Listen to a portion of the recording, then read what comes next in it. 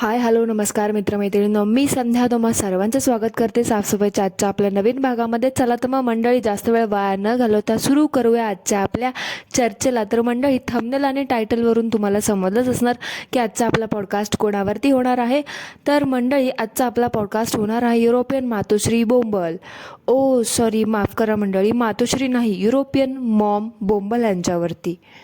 तर मंडळी, तुम्हाला तर माहीतच असेल की ह्या काकूंना ना आजकाल आपली भारतीय संस्कृती जरा जास्तच आठवायला लागली आहे. नाही, त्यांना आजकाल फक्त ना भारतीय संस्कृतीचा पुळका येतो आहे. म्हणजे कसं माहिती आहे का, काही महिन्यांपासून का मागच्या काही दिवसांमध्ये, म्हणजे जसं की बघायला गेलं तर एकंदरीत 6-7 महिन्यांपासून आहे ना ह्यांच्या व्ह्यूज खूप कमी झाल्या आहेत. म्हणून ह्या ना व्ह्यूज कमी झाल्या की ह्या भारतात येतात, देवदेव करतात, देवदर्शन करतात, रामनवमी, दशमी, अष्टमी, नवमी, एकादशी ह्या सगळी सण साजरी करतात. पण ज्यांच्या जीवावरती ह्या परदेशात राहून एवढा माज करताय, एवढं स्वातंत्र्यात आयुष्य जगताय, त्या महान डॉक्टर बाबासाहेब आंबेडकरांची जयंती काही सेलिब्रेट करत नाहीत बाबा. फक्त जगाला आणि ऑडियन्सला वेड्यात काढण्यासाठी ह्या फक्त खोटीनाटी कम्युनिटी पोस्ट टाकतात. पण 2 शब्द ह्यांच्या तोंडाने बोलायला लाज वाटते. शुभेच्छा तर द्यायचं लांबच राहिलं.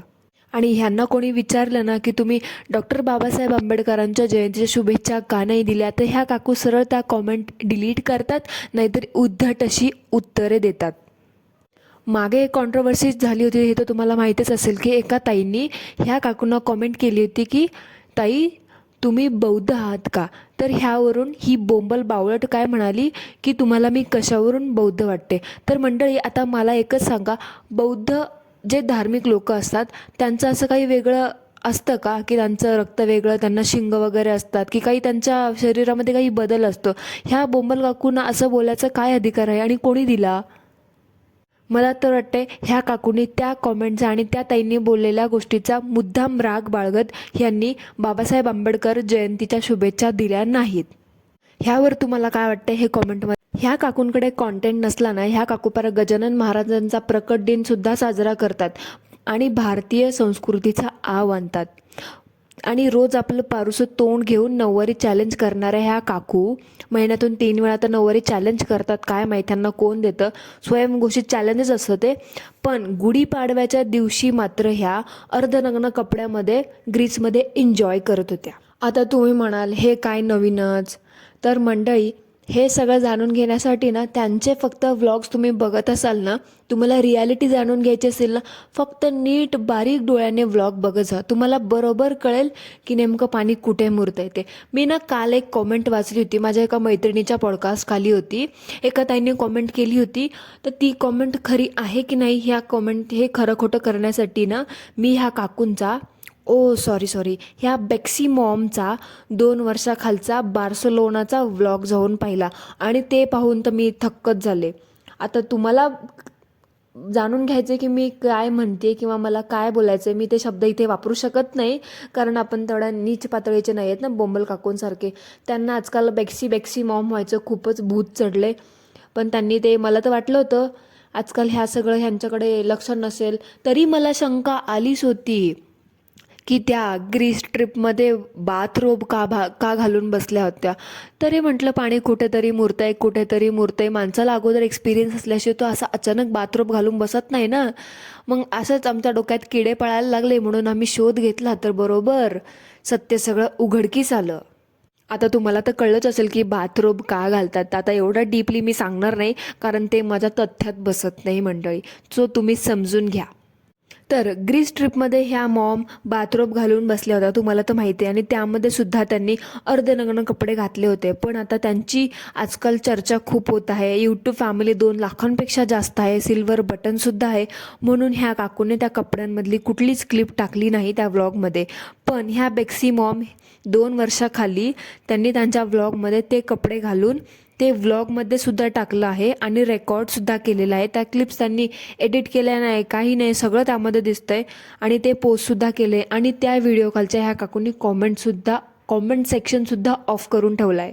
म्हणजे बघा, एकीकडे दाखवायचं की आम्ही किती संस्कारी आहोत, आम्ही किती परदेशात राहून भारतीय संस्कृती जपतो, आम्ही किती रूढी परंपरा संस्कारी व्यक्ती आहोत, आम्ही परदेशात राहूनसुद्धा फॉरेन कल्चरला अजून ॲक्सेप्ट नाही केलेलं, आम्ही आमच्या रूढी परंपरा जपतो, आम्ही मराठी कपल आहोत.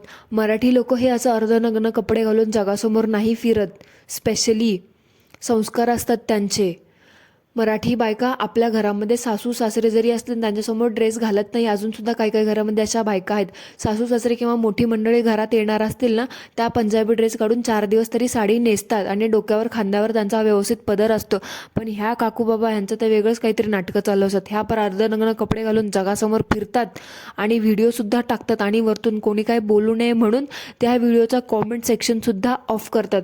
तुम्हाला खोटं वाटत असेल तर 2 वर्षाखालचा ह्या काकूंचा बार्सिलोनाचा व्लॉग जाऊन बघा, खरं खोटं तिथेच होईल. आणि ह्या त्या दिवशी सांगत होत्या की आमच्याकडे DMW आहे.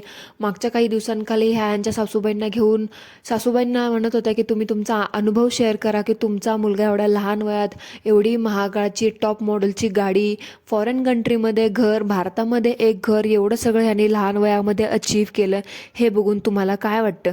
आता त्या काकूंना, आता त्या बिचाऱ्या काकू काय म्हणणार ना, सासूबाई म्हणणाऱ्या की आता ते बिचाऱ्याच्या तोंडाला येत असेल बोलायला, पण ती तरी काय बोलणार ना. बोंबल काकू आणि बन्या, तुम्ही किती वाईट अवस्थेतून वर आलात ना, आणि तुम्ही किती स्वकष्टावर एवढं सगळं लहान वयात मिळवलं आहे ना. दुसऱ्या देशात एवढ्या मोठ्या मोठ्या DMW गाड्या, टॉप मॉडेलच्या, डुप्लेक्स घर, एवढ्या सगळ्या इंटरनॅशनल ट्रिप्स तुम्ही कशाच्या बळावर मिळवलं आहे ना, हे आम्हाला चांगलंच कळलं आहे. त्यामुळे तो एवढं पारंपरिक संस्कारी भारतीय असण्याचा पुळका आणण्याचा आव आहे ना, तो तुम्ही जरा बंदच करा. ह्या बन्याबद्दल ना मला पहिले थोडं तरी रिस्पेक्ट होती की बाबा चला हा तिच्यासारखा नाही आहे. पण ह्यानी तर फार, मी ज्या भ्रमात होते ना त्या भ्रमातून ह्याने मला बाहेर येण्यासाठी असं मजबूर केले. मला खरंच वाटलं नव्हतं की असे नवरे पण असतात जे पैशासाठी, फेमसाठी एवढं हापापलेलं असतात की बायकोला सोशल मीडियावरती बायकोचं अंगप्रदर्शन पण करतात आणि काय स्किन शो करून डॉलर कमवतात. म्हणजे आता ह्यांची टॅगलाईन नवीन अशी असेल, स्किन शो करो और डॉलर कमाओ. आता कोणीतरी परत म्हणेल की ठीक आहे, रेकॉर्ड झाला असेल, एडिट वगैरे करायला जमलं नसेल, एवढं काय त्याच्यामध्ये, नॉर्मल आहे हे सगळं. तर नॉर्मल असेल तुमच्यासाठी, आमच्यासाठी नाही आहे ते नॉर्मल. मग नॉर्मल आहे तर तुम्ही ॲक्सेप्ट करा. पार ते सारखं सारखं भारतीय संस्कृतीचा, भारतीय शब्दाचा, भारतीय परंपरेचं नाव घेऊन दुसऱ्यांना फसवणं, दिशाभूल करणं तरी बंद करा. ॲक्सेप्ट करा की तुम्ही ॲक्च्युअलमध्ये काय आहात ते. तर मला ह्या बेक्सी मॉमला एवढं विचारायचं आहे की तुम्ही व्हिडिओ पोस्ट करताना, सॉरी तुम्ही ते व्हिडिओ पोस्ट करतच नाही, तुमचा तो बन्याच करतो ना, तर त्या बन्याचे डोळे काय फुटलेले असतात का व्हिडिओ एडिट करताना, व्हिडिओ पोस्ट करताना? का तो रिचेक करत नाही का की काय दाखवायचे पार्ट आहेत ते ठेवायचे, जे नाही दाखवायचे ते कट करायचे? मला तर वाटतंय ना तो मुद्दाम टाकत असेल. नाहीतर कसं असतं माहिती आहे का, आजकाल सोशल मीडियावरती एवढ्या लवकर कोणी एवढा फेमस होऊ शकत नाही. त्यासाठी थोडंफार ट्रिक स्टंट करावे लागतात. मला आजकाल असं वाटत होतं ह्या काकू फक्त सोफा पकडून 4-5 लेक्चर, थोडं स्टंट बिंट सिंपती गेन करण्यासाठी रडत बिडत पप्पांची आठवण काढतात. पण ह्या काकू हे सगळं करून बसल्यात ना, हे मला आज समजलं आहे.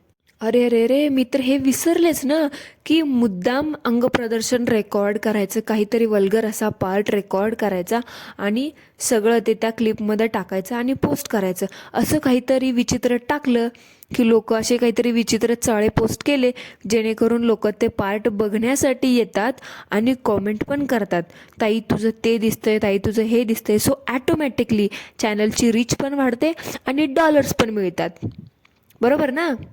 तरीच म्हटलं अचानक ह्या काकूंना बाथरोब एवढा कसा काय आवडायला लागला?